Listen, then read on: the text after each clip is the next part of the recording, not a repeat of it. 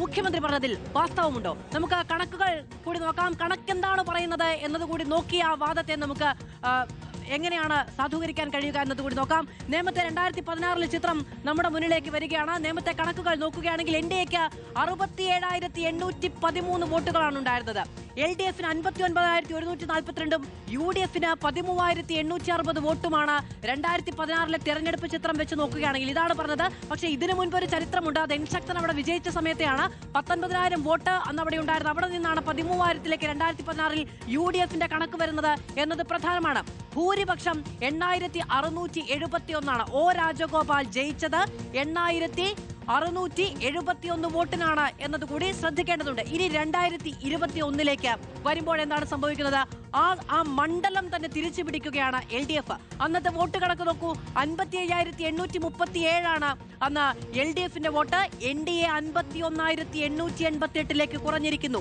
UDFന്റെ vote നോക്കൂ. 13,000 നിന്ന് 36,524 ഉയർന്നു എന്ന സാഹചര്യം. 36,524 ഉയർന്നിരിക്കുന്നു. അതായത് ഇരട്ടിയല്ല, ഇരട്ടിയുടെ ഇരട്ടിയിലേക്ക് ആ വോട്ട് വരുമ്പോഴാണ് അവിടെ LDFന്റെ വിജയമുണ്ടാകുന്നത്.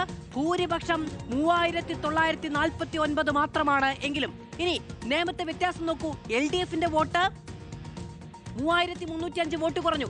NDAയുടെ വോട്ട് 15,925 വോട്ട് കുറഞ്ഞു. UDFന്റേത് 22,664 വോട്ട് കൂടി. ആ 22,664 വോട്ട് കൂടിയപ്പോഴാണ് അവിടെ BJPയുടെ അക്കൗണ്ട് പൂട്ടിക്കാൻ കഴിഞ്ഞത് എന്നത് പ്രധാനമാണ്. ഇനി തിരുവനന്തപുരം മണ്ഡലത്തിലെ കണക്കുകൾ നോക്കാം. ഇതിപ്പോൾ നമ്മൾ നേമം എന്ന ഒറ്റയിടമാണല്ലോ നോക്കിയത്. തിരുവനന്തപുരം മണ്ഡലത്തിലെ കണക്കുകൾ നോക്കാം. തിരുവനന്തപുരം മണ്ഡലത്തിൽ UDFന് 46,474 വോട്ടാണ് ഉണ്ടായിരുന്നത്. 2016 UDFന് 46,474 വോട്ട്, LDFന് 35,569 വോട്ട്, NDAക്ക് 34,764 വോട്ട്. ഭൂരിപക്ഷം എത്രയാണ്? 10,905 വോട്ടിന്റെ ഭൂരിപക്ഷം.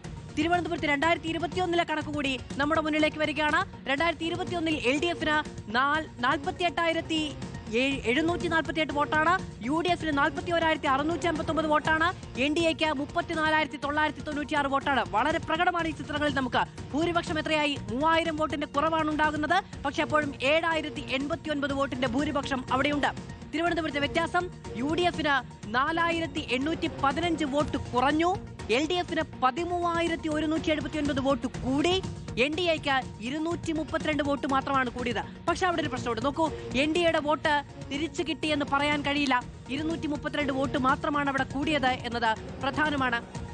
ഈ കണക്കുകളൊക്കെ വെച്ചുകൊണ്ടാണ് തിരുവനന്തപുരം മണ്ഡലത്തിൽ UDFന് BJPയുടെ വോട്ട് കിട്ടി എന്ന മുഖ്യമന്ത്രി ആരോപണം ഉന്നയിക്കുന്നത്. നേമത്ത് അത് UDFന്റെ വോട്ടിൽ വളരെ പ്രകടമായ, ഇരട്ടിയല്ല, അതിലധികം വോട്ട് വർദ്ധിച്ചപ്പോഴാണ് LDFന് അങ്ങനെ ഒരു വിജയം സ്വന്തമായത്. നേരത്തെ 13,000 വോട്ടിലേക്ക് UDF എങ്ങനെയാണ് ചുരുങ്ങിയത് BJP ജയിച്ചപ്പോൾ എന്നുള്ളതാണ് ചോദ്യം. അപ്പൊ ആ ജയത്തിന് വേണ്ടിയിട്ടായിരുന്നോ അത്രയും വോട്ട് കോംപ്രമൈസ് ചെയ്തത് എന്നൊരു ചോദ്യമാണ് മുഖ്യമന്ത്രി മുന്നോട്ട് വെക്കുന്നത്. പക്ഷെ അങ്ങനെയൊക്കെ ചെയ്യാൻ കഴിയുന്ന സംഘടനാ സംവിധാനം ഏതെങ്കിലും രാഷ്ട്രീയ പാർട്ടിക്ക് അവകാശപ്പെടാൻ കഴിയുമോ എന്ന് ചോദിച്ചാൽ അറിയില്ല. അതിലാണല്ലോ നമ്മൾ ഡീൽ എന്ന ആരോപണം ഉന്നയിക്കുന്നത്.